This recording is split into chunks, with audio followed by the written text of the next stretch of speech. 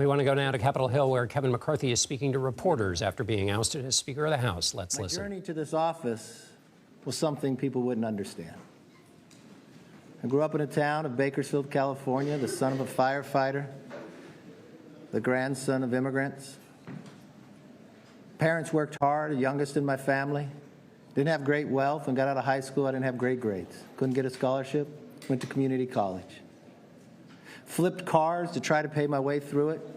Went to visit some buddies away in college for a weekend. Stopped at the grocery store to cash a check, and I won the lottery. One of the first in California. It was before Biden economics. It was only 5,000, but it went much further back then. Took my folks to dinner. Put the majority of the rest of the money into the stock market and did pretty well. The next semester, I took a break from school. I went to buy a franchise, but no one said they would sell me one because I was only 20 years old. But I learned then never to give up. So I opened my own business, selling sandwiches. 3 things I learned. First to work, last to leave, last to be paid. I wanted to finish my college degree. At that time, no one in my family had finished a 4-year degree. I did pretty well. I now had enough money that I could pay my way through school as long as I went to Cal State. So I sold my business, going to school. I opened up the local paper and said, be a summer intern in Washington, D.C. with my local congressman. I did not know this man, but I thought he'd be lucky to have me, so I applied. And you know what he did? He turned me down. But you want to know the end of the story? I got elected to a seat I couldn't get an internship for. I ended up being the 55th Speaker of the House, one of the greatest honors. I loved every minute. And the one thing I will tell you is, doing the right thing isn't always easy, but it is necessary. I don't regret standing up for choosing governance over grievance. It is my responsibility. It is my job. I do not regret negotiating. Our government is designed to find compromise. I don't regret my efforts to build coalitions and find solutions. I was raised to solve problems, not create them. So I may have lost a vote today, but as I walk out of this chamber, I feel fortunate to have served the American people. I leave the speakership with a sense of pride, accomplishment, and yes, optimism. From the day I entered politics, my mission has always been to make tomorrow better than today. I fought for what I believe in, and I believe in this country of America. My goals have not changed. My ability to fight is just in a different form. You need 218. Unfortunately, 4% of our conference can join all the Democrats and dictate who can be the Republican Speaker in this House. I don't think that rule is good for the institution, but apparently I'm the only one. I believe I can continue to fight, maybe in a different manner. I will not run for Speaker again. I'll have the conference pick somebody else.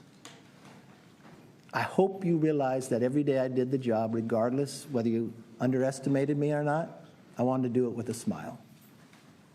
I grew to enjoy you, even on your toughest days and your questions. I could always tell what day it was based upon your question. Monday, you would ask if I could pass the bill. Tuesday was whether the rule would pass. Wednesday was the greatest challenge ever to my speakership. And Thursday, when we passed the bill, you didn't think it was a very big deal. And it all started again on Friday. You know, I wouldn't change a thing. I do believe, I got a new portrait in there too of Teddy Roosevelt. You all know the man in the arena. One of my favorite parts of it, who errs, who comes up short again and again, but there is no effort without error and shortcoming. Who spends himself in a worthy cause, who knows the triumph of high achievement, and if he fails, at least he fails while daring greatly. I always like to take a risk.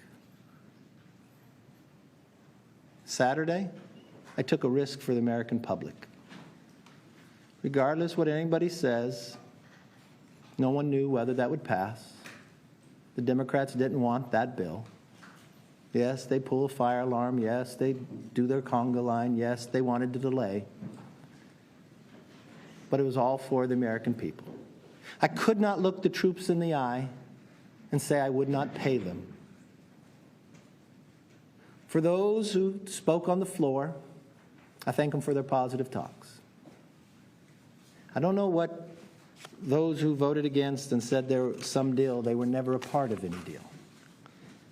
For those who said about what we accomplished, I'm proud of what we accomplished, from the Parents' Bill of Rights to our energy bill. But if they want to hold me liable because the Senate didn't take it up or the President didn't take it up, that's politics, for what I know. But the one thing I do know, this country is too great for small visions of those 8.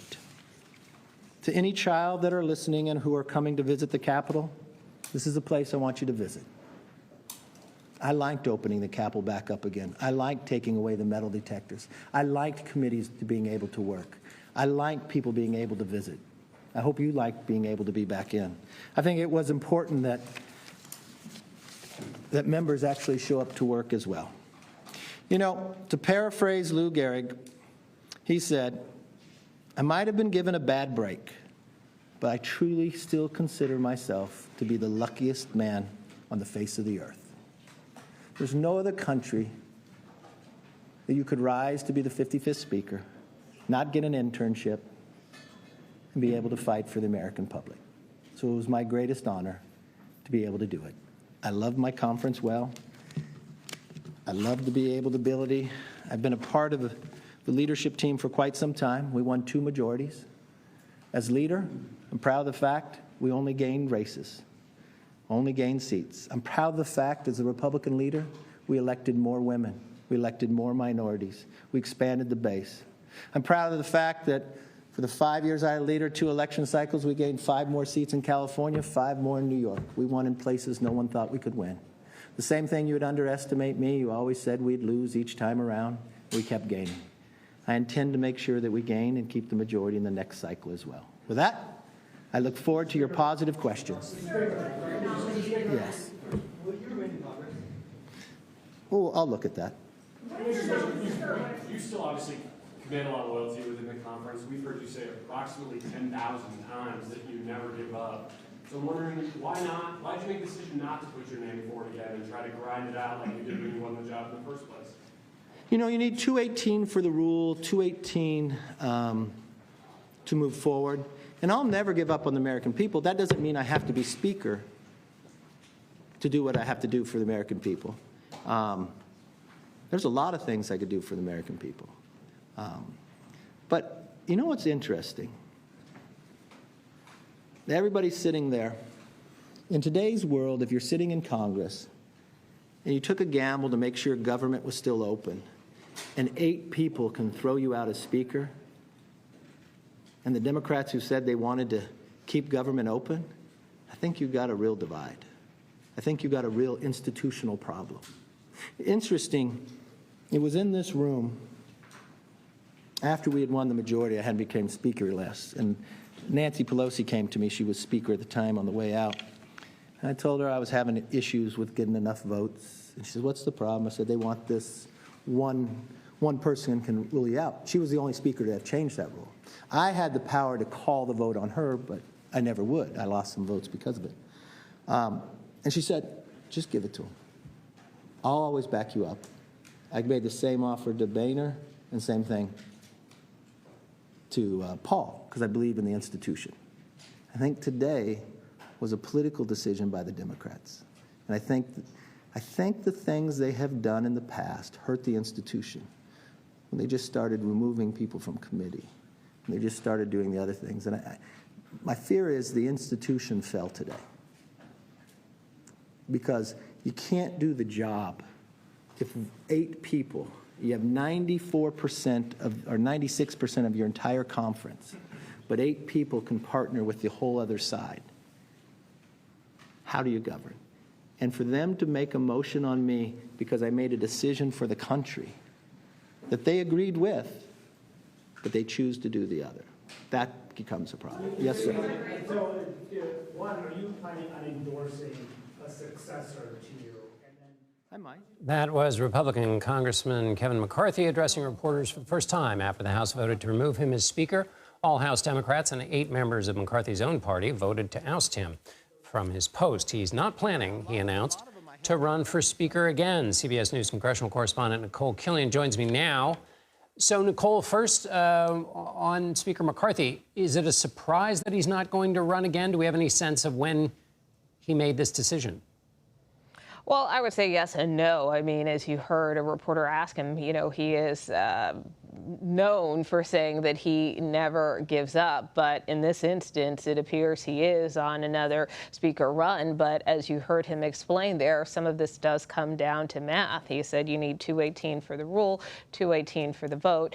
And so clearly he's making a calculation that he might not have that support, particularly after what transpired today. You did hear him go on to say that he doesn't give up on the American people, but at the end of the day, this is a game of political math, and clearly the math did not work in his favor today, and unclear that it would work going forward if he put his name in the hat again. Speaking of that math, is there a viable replacement for McCarthy who could have that math work in their favor? Well, right now, the acting speaker is Congressman Patrick McHenry, who is a close ally of the former speaker, worked with him pretty tirelessly on that debt limit deal back in the spring. But what we are hearing right now is that, you know, members may take some time here and potentially come back next week to try to begin the process again of trying to find a new speaker, which means they'll have to have candidate forums and people will have to be nominated or put their names forth for this position. You know, there has been talk about some of the former speaker's top deputies, anyone ranging from Steve Scalise, the majority leader, Whip Tom Emmer, who has worked very closely with members, but again, all of that is just speculation right now, you know, and talking to a lot of members too ahead of this vote, you know, I don't know that they have a clear person that they would like to see in this job, which may explain why they may take a few days to try to find some clarity around this. All right, Nikole Killion, thanks so much. And Charles Stewart joins me now. He's a professor of political science at MIT. Charles, thanks so much for being with us. Let me ask you as broad a question as possible, which is about the historical trends that brought us to this moment. If you were to pick some of the contributing factors, obviously we know the details of, you know, Matt Gaetz and McCarthy, but when you think about this, how far back do you go in terms of the changes that have taken place in Congress? Well, quite literally, I wrote a book that started in 1789, but I don't think that about the speakership elections, but I don't think we have to go quite that far back. I think really we can go back to the 1990s with Speaker Gingrich, and even before then, maybe into the 80s, where Democrats and Republicans just really started knocking it out, and we started moving in a direction that looked like more of a parliament with parliamentary parties really at loggerheads with each other. In the 80s and the 90s, and certainly in the last decade with speakers Boehner and Ryan, they had very similar problems as well with the wing of the party, of the Republican Party, that's not just conservative, but is dedicated really to shrinking the size of the government radically and doing everything they can to wage warfare against the Democratic Party. And in most Congresses, that wouldn't be a big deal. But in this Congress, and I think this may be the most important thing, that the partisan ratio right now between the majority of the Republicans have is the closest that we've seen in almost a century. Yeah. And so any little crack in the Republican Party is going to raise problems. And so there's the feisty wing that in these circumstances, have the power to topple a speaker with a very small number of votes. Do you?